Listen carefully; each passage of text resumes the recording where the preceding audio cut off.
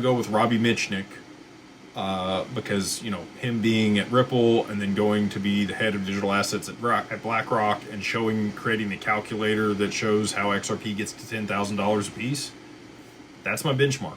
Okay, so I'm going to tell you what he put in there for reuse of XRP. The most in his calculator that XRP was able to be reused in the same day was 10 times.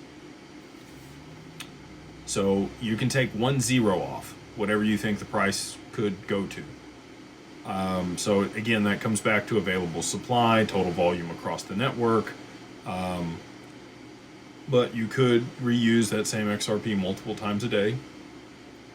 I don't think that's going to be happening at scale. I don't think all of those XRP are going to be being used 10 times a day. But I could be wrong about that. So, you know, if you thought it was going to go to a $500 XRP in order to be able to meet demand for Swift, it could be a $50 XRP if they could use all of that XRP that Swift uses up to 10 times a day. It's probably going to be more than that. It's going to be more in line with the Pareto principle, right? There'll be, you know, 20 or 80% of that XRP that's used that amount, and the rest of it will be used less than that. Probably be 20% of the XRP that does 80% of the transaction volume, and the rest of it just sits there. So, you know, you can do the math on that.